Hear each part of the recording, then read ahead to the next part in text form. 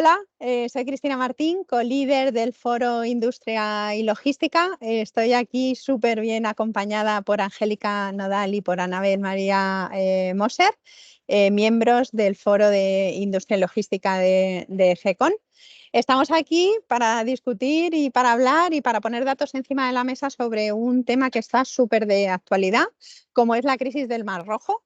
Pero no solo la crisis del Mar Rojo, porque mientras que estábamos preparando esta píldora, bueno, pues han surgido temas tan interesantes como la huelga en Francia, los problemas que está habiendo con el transporte por carretera. Entonces creo que va a ser una conversación súper interesante en donde nos gustaría poner de relevancia, bueno, pues los super perfiles que hay en EGECON y, bueno, la cantidad de conocimiento que tenemos acumulado y, bueno, sobre todo la colaboración, ¿no? Que yo creo que es un poco la clave de estas asociaciones, un poco la clave de ese networking que hacemos entre todos, que, bueno, pues tenemos una red que nos puede ayudar cuando surgen problemas, como por ejemplo este del Mar Rojo.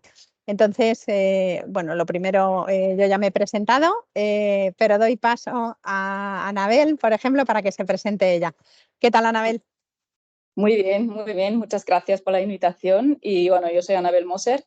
Yo llevo más de 20 años ya en el mundo de logística. Empezaba más por temas almacenes y al final ya he terminado en un mundo muy emocionante que es el mundo de transporte, que hoy en día o sobre todo desde la pandemia es que ha ganado muchísima importancia de forma más pública, ¿no? Y encantada de estar aquí hoy para departir con vosotras. Genial, pues nada, bienvenida. Y ahora el turno de Angélica Nadal. Angélica, Sí, preséntate, por favor. bueno, pues buenas tardes. Yo encantada de estar aquí con Cristina y con Anabel. Yo soy Angélica Nodal, directora de la asociación Foromat Cargo, asociación con foco en la carga aérea y convertir en Madrid en un hub logístico, ¿no?, de carga aérea. Pues yo llevo más de 20 años de experiencia en diferentes multinacionales, donde los últimos 7 años he desarrollado mi actividad en AP Moller Maersk, que es la parte de comunicación y marketing. Entonces, bueno, estoy encantada de estar tanto como miembro en el foro de logística e infraestructuras de GECON, como también en esta píldora, ¿no?, o en esta reunión donde compartimos conocimiento y donde, bueno, pues creo que es importante este momento de conversación, ¿no?, y de compartir cómo vemos el panorama, ¿no?, de actual y el futuro. Así que nada, encantada de participar. Pues nada, bienvenidas a las dos. La verdad es que la logística raro es cuando no pasa nada. O sea que estamos acostumbrados a los cambios, ¿no? Por poner un poco en situación esta crisis del Mar Rojo, bueno, pues es que nos ha pasado de todo, aparte de las pandemias, pero lo que no nos esperábamos era que iba a haber piratas también, que este es el caso, ¿no? Para daros algunos datos, ¿qué implica, ¿no?, el no poder pasar por el canal de Suez, ¿no? Pues implica, en el caso de España, que las mercancías que provienen de la parte asiática, bueno, pues aumentan el tiempo de tránsito, por ejemplo, por vía marítima, entre 15 y 20 días. Eso implica más gasto de combustible, subida de fletes. Hemos tenido unos fletes que se han multiplicado por 3 debido a esta crisis, ¿no? Y para poner un poco de contexto a todos estos que escuchen la píldora y que no sepan las diferentes alternativas que hay, ¿no? Bueno, pues digamos que tenemos diferentes medios de transporte. Dependiendo del coste y la rapidez, bueno, pues los clientes eligen unos o eligen otros, ¿no? Tenemos simplemente el marítimo combinado por carretera, que digamos es el más lento, pero es el más económico. Luego podemos tener transportes por ferrocarril directamente desde Asia. Luego combinaciones de marítimo y aéreo, que el coste, digamos, es un poco más alto que solamente marítimo, pero más bajo que el aéreo, que sería el top más rápido. Luego tenemos, digamos, pues por camión, que, bueno, pues el tiempo de tránsito no es tan lento como el barco, pero bueno, el coste se incrementa, pues porque al final el coste por camión, tantos kilómetros, es elevado. Y luego, bueno, pues las combinaciones aéreas, que lógicamente son las más rápidas. Ahora, con esta crisis del Mar Rojo, bueno, pues ya nos contarás, Angélica, cómo lo ves tú, pero lógicamente el coste económico se eleva, ¿no? Entonces, bueno, vosotras, a la vista de todo esto, ¿qué pensáis? Es decir, ¿qué es lo que se puede prever o qué cosas puede hacer una empresa para, no sé, pues para estar prevenidos en esta crisis, ¿no?, que tenemos en la cadena de suministro. Por ejemplo, Anabel, no sé, tú que estás llevando el transporte de una empresa cargadora, digamos, ¿esto cómo os afecta y cómo os preparáis? Pues, a ver, para mí siempre lo más importante es tener alternativas, ¿no? Y porque todo hemos visto lo que ha pasado en los últimos años, es que son momentos de crisis que realmente tampoco te puedes preparar o no puedes prevenir, porque no sabes lo que va a ser lo siguiente, lo que viene encima, ¿no? Entonces, lo importante es tener alternativas, pero esas alternativas, lógicamente, hay que preparar mientras la cosa va bien.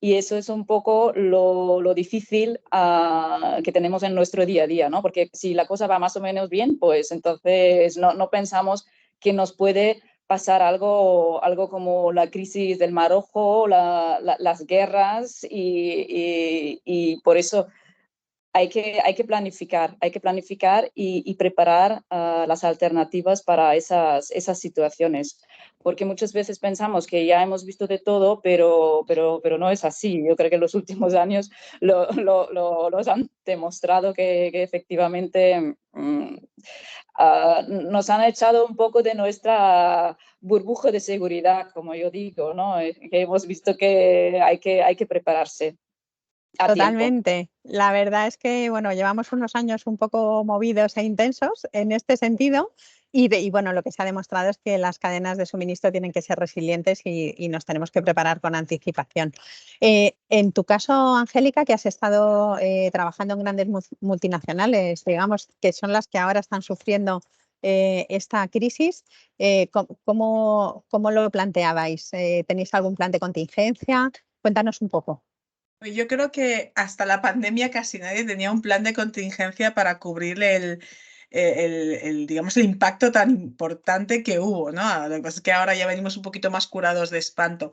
Realmente yo estoy en la línea de lo que comentaba Anabel. Todas las empresas, y también pasaba entonces, y también desde parte de las navieras, hay una parte de poder ofrecer alternativas al transporte que se pueden mezclar, se pueden combinar siempre para afrontar estas situaciones un poco más de tensión, ¿no? Pero todo parte también con una parte de visibilidad. Hay que tener herramientas donde den visibilidad tanto a las empresas transportistas y cargadoras como a los propios clientes, ¿no? Las empresas de bienes de consumo y de productos, para saber dónde están los problemas, dónde está la carga, cuánto tiempo puede tardar, para elegir siempre las mejores alternativas, ¿no? Entonces, antes comentabas en la presentación la combinación aéreo-marítimo, aéreo-terrestre.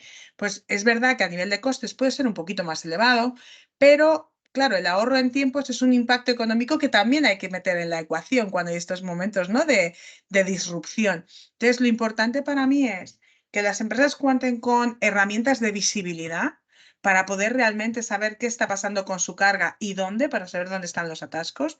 Y luego que obviamente el sector logístico podamos ofrecer unas alternativas de combinación de medios de transporte que ayuden a solventar la situación. En la pandemia lo vimos, con el marítimo sobre todo afectados, hubo un incremento en carga aérea y hubo un incremento también en transporte ferroviario, sobre todo con Asia. Actualmente, con la actual crisis del Mar Rojo, también está habiendo un incremento en la parte de carga aérea. ¿Por qué? Porque reduce mucho los tiempos. Ese incremento que tiene de 15-20 días, pues que implica también al final de cuentas unos costes, pues pasar al aéreo está favoreciendo, ¿no?, la rapidez, por lo tanto, es que ese impacto se vea paliado, ¿no? Entonces, bueno, hay que meter varias cosas en la ecuación, pero alternativas y visibilidad, sobre todo de la cadena. Totalmente, o sea, yo estoy de acuerdo con vosotras. Al final no se pueden tomar decisiones si no se tienen datos y para tener esos datos necesitas tener la información de dónde está el envío, si hay algún problema y sobre todo las alternativas, lo que decíais. Y para eso yo creo que uno de los principales pilares es que, bueno, pues las empresas tengan unos proveedores, digamos, que sean proactivos en ese sentido. Es decir, que no te enteres de que un contenedor no va a llegar a tiempo cuando estás esperándole mañana, ¿sabes? Sino que te avisen con antelación para poder tomar decisiones basadas en datos. Para mí eso es una de las cosas más importantes en conjunto con esa visibilidad, Angélica y Anabel, que decíais. Y luego, como en todo, o sea, no todas las mercancías se ven igual de afectadas. Hay tiempos de tránsito que afectan más que otros. En vuestra opinión, ¿cuáles son los productos que se están viendo afectados por esta situación? Anabel, Ah, por si quieres comenzar tú primero.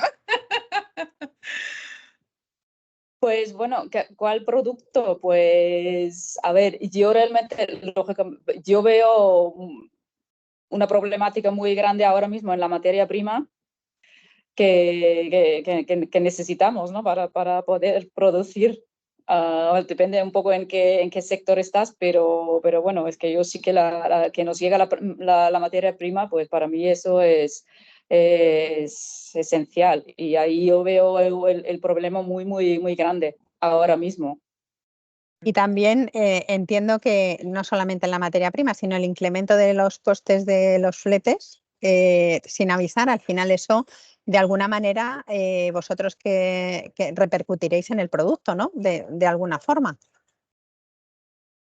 Claro, eso es un poco también los efectos, ¿no? Que estamos viviendo ahora, que al final los costes aumentan. Tú tienes que mirar a ver cómo eres muy eficiente, pero a un coste que tienes que controlar. Lógicamente este coste se refleja luego en el coste En que el tú pasas a consumidor, tu claro, cliente, en el consumidor. Es que es así, es así. Y lo totalmente. vemos, no lo vemos solamente con el producto en sí, ¿no? Lo vemos también en, eh, en muchos proyectos, o como yo siempre digo, estamos haciendo proyectos para sobrevivir de estas crisis y ahí ya tienes el coste. Si tú tienes que buscarte estas alternativas, el coste tienes desde el primer momento cuando tú empiezas a mirar, ¿no? Y lógicamente eso se refleja luego en el consumidor. Totalmente, o sea, cuando tú tienes una ruta establecida y al final esa ruta no se puede seguir por un contingente como este, que además es inesperado, pues es un coste, pero no solamente a nivel de subida de fletes, sino a nivel de coste de personal que tiene que andar buscando alternativas, cambio de procesos, ¿no? Pues porque a lo mejor pues tienes que cambiar de modo de transporte, tienes que buscar proveedores que te den alternativas y al final todo esto tiene un impacto, ¿no? en el tiempo de las operaciones y sobre todo pues que al final todo esto tiene que volver a encajar con la operativa diaria que tú tienes.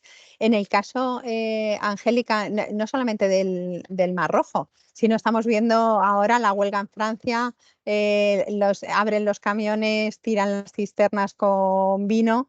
Al final esto, bueno, pues también redunda en, bueno, pues una inseguridad, ¿no? Vosotros, desde el punto de vista de ser un proveedor de transporte, cuando estabas trabajando en empresas transportistas, eso, digamos, y en la parte de comunicación, ¿qué hacéis con los clientes? Es decir, ¿cómo les trasladabais que de alguna manera erais un proveedor fiable? A ver, sobre todo hay una parte, y has dado en el clavo, ¿no? Con el tema de la fiabilidad, decir, oye, voy a poner mi mercancía en movimiento a saber cómo y cuándo llega a destino con la situación actual, ¿no? Cierras los ojos, cruzas los dedos y vamos a ver. A ver, realmente hay una parte de comunicación que tiene que ver con la confianza y volvemos a la visibilidad. La confianza es saber dónde está tu carga en todo momento. El cliente se siente más seguro, obviamente, cuando tiene el control de ciertos datos, de decir, oye, tal día tenía que llegar a puerto, puedo ver si está llegando o no, tal día tenía que pasar por carretera por estos puntos, obviamente cuentas con proveedores fiables para que te den alternativas de rutas. Si ahora, por ejemplo, por Francia, pues está pasando esto, miras a ver si lo puedes hacer con un feeder, si lo puedes hacer con un aéreo a corta distancia, ¿vale? Buscas las alternativas para realmente dar esa seguridad. Entonces, ¿qué ocurre? A nivel cliente, y he estado en los dos lados, es verdad que lo que estás buscando es un partner que vaya contigo de la mano, que te ayude a tener esa flexibilidad y esa visibilidad al mismo tiempo para ajustar las cadenas. Y esto lo comunicas a los clientes, obviamente, pues reflejando pues, todas las alternativas, todos los productos que ofreces, ¿no? Y todas las herramientas para generar esa confianza, ¿no? Si tú te dedicas en la parte del transporte, no generas la confianza con el cliente, no tienes trazabilidad de nada, ostras, pues en estos momentos de tensión poco negocio vas a hacer, sinceramente, ¿no? Entonces tienes que dar esa confianza al 100%. Y luego, como comentaba Anabel, hay muchos proyectos, pero tienes que tener también un partner que te permita participar en cierta medida de esos proyectos para dar también el input, ¿no? Para que se puedan desarrollar estas alternativas que sean mucho más flexibles y adaptables a la realidad del mercado. Totalmente. Y Anabel, en vuestro caso, la flota, digamos, de transporte por carretera, unas serán propias, otras serán de proveedores terceros. ¿Cómo afrontáis una crisis como la de Francia? Pues, a ver, en nuestro caso, lógicamente, a ver, también nosotros trabajamos mucho en la comunicación, ¿no? Porque es un poco lo que ha dicho también Angélica, ¿no? A ver, no vernos tanto como cliente-proveedor, sino realmente como un equipo, ¿no? Que está trabajando, porque es que al final somos una cadena y en la cadena cada uno tiene su parte y tiene que funcionar.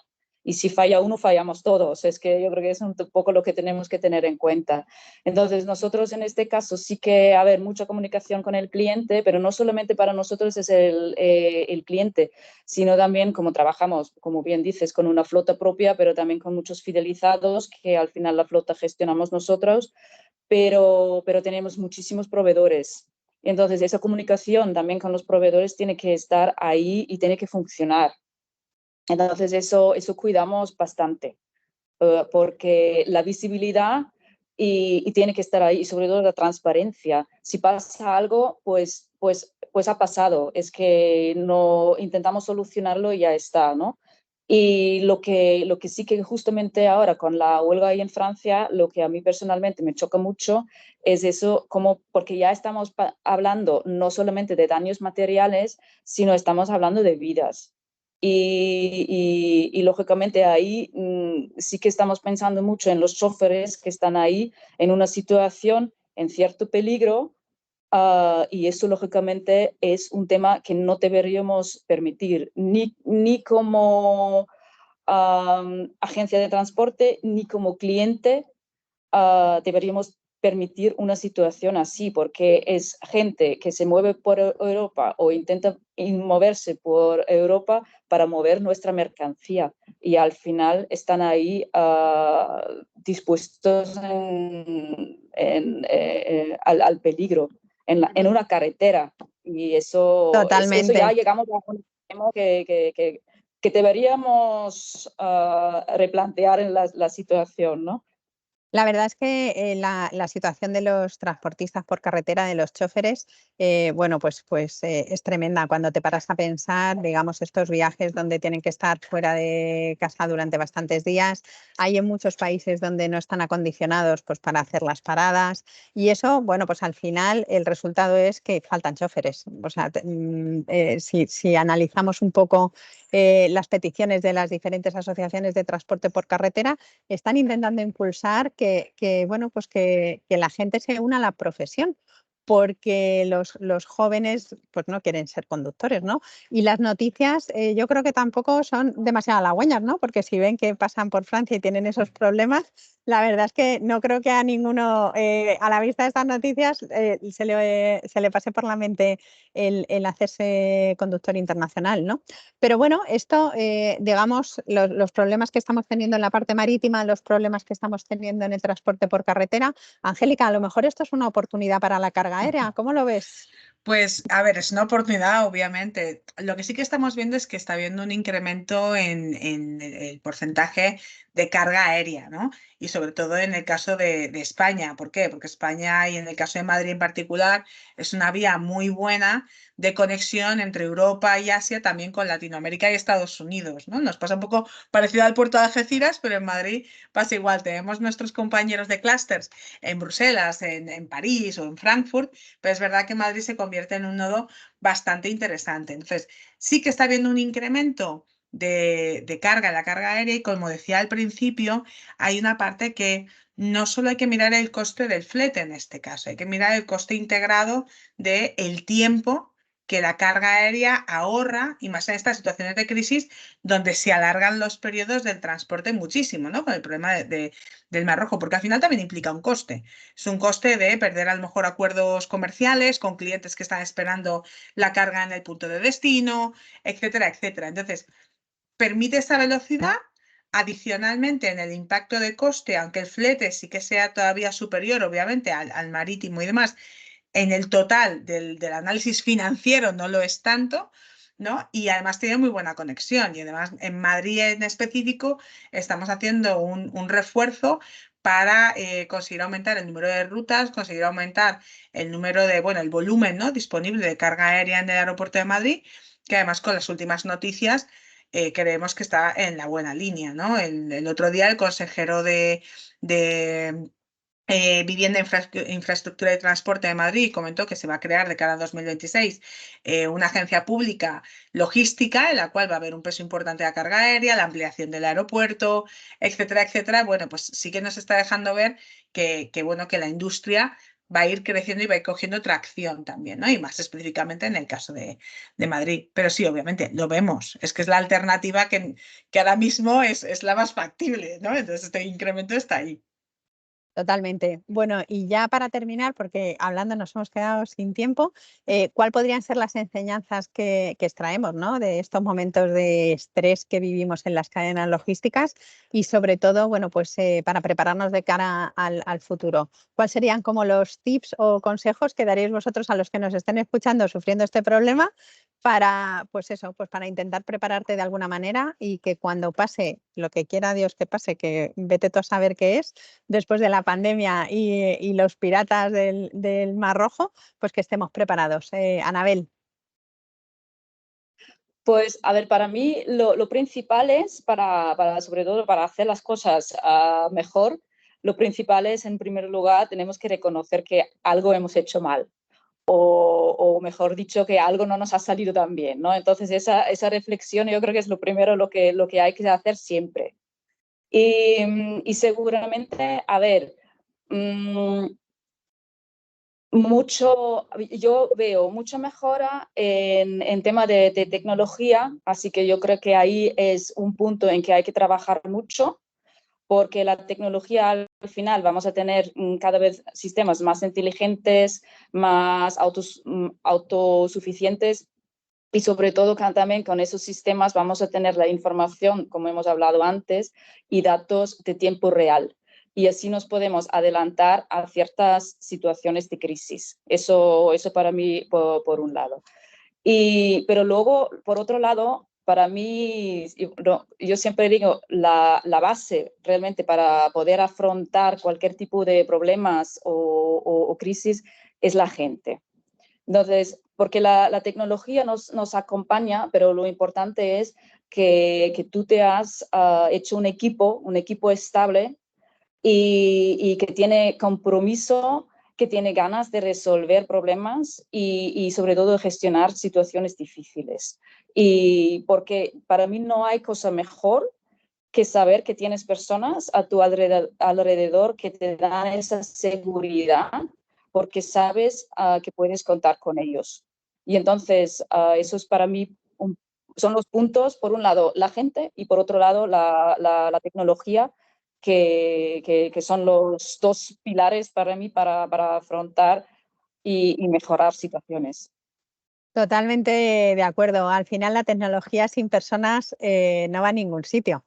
O sea que yo no puedo estar más de acuerdo contigo. Lógicamente cada vez están saliendo herramientas más potentes y sobre todo yo también quería aquí apuntar que no todas las tecnologías valen para todos, que yo creo que uno de los consejos es que cada uno tiene que buscar las tecnologías que le aporten valor a sus procesos, que no porque una tecnología esté de moda te tiene que servir a ti, sino que tienes que buscar cuál es tu problema, cuál es tu cuello de botella y cuál es la tecnología adecuada para que te ayude, ¿no?, en estos momentos, ¿no?, para tener datos en tiempo real, para tomar decisiones basadas en esos datos. Pero ¿quién toma la decisión al final? Por mucho que pensemos que una inteligencia artificial nos puede sugerir una ruta súper buena, al final es una persona la que tiene que decidir, pues en base a su experiencia, en base a lo que haya hecho en otras ocasiones y le haya funcionado, en base al conocimiento, en definitiva, el que decida cómo solventarlo. Y lógicamente un equipo potente en ese sentido te deja mucho más tranquila. O sea que nada, no puedo estar más de acuerdo. Angélica, y tu punto de vista, así para concluir, es decir, ¿qué le dirías, ¿no?, a los que nos están escuchando? Bueno, por supuesto, los dos puntos que habéis comentado, tecnología y personas, es fundamental. Estoy totalmente de acuerdo contigo, Cristina. La tecnología bien aplicada, conociendo qué se necesita y qué es realmente lo que se va a ajustar. La parte de personas es fundamental, como decías, Anabel, ¿no? Los equipos que te den la confianza, que sabes que van a saber adaptarse, ser flexibles y además en estos momentos de crisis resolver y tomar esas decisiones que la tecnología no puede. Y yo creo que también es importante elegir bien los compañeros de viaje, y aquí hablo de los partners. Hablo de esas personas en los equipos internos de la tecnología, pero también cuando hacemos acuerdos con partners, ¿no? En el caso de logística, para un transporte A, B, C o Z, que te dé esa confianza de que las alternativas que va a poner encima de la mesa son las más fiables y son las que mejor se van a adaptar a tus necesidades y a las del mercado. Entonces, eso lo he visto como algo fundamental. No es el corre-corre, sino realmente dedicar tiempo a buscar al partner, que esto es como el matrimonio, ¿no? El que va a ir contigo pues toda la vida. Pues exactamente igual, ¿no? Que esa empresa te va a dar esa fiabilidad y que en tiempos de crisis te va a poder también aportar las soluciones y las alternativas que hablábamos al principio que necesitas. Oye, pues ha sido un súper placer el estar aquí con vosotras y el aprender con vuestra experiencia y los comentarios que habéis ido haciendo. Animo a todo el mundo a que se una a EGECON. Nosotras somos del Foro Industria y Logística, pero hay un montón de foros súper interesantes de marketing, de recursos humanos, de tecnología, de innovación e intraemprendimiento. O sea que os animo a todos a que os suméis a esta comunidad, que en definitiva lo que hacemos es compartir conocimiento, colaborar entre todos y poquito a poco hacer un networking que te pueda ayudar en situaciones complicadas, ¿no? Así que nada, ha sido un placer, Angélica y Anabel, y muchísimas Igualmente. gracias. Muchas gracias Muchas a ti, gracias. Cristina, y al foro. Bueno, nos vemos en el foro.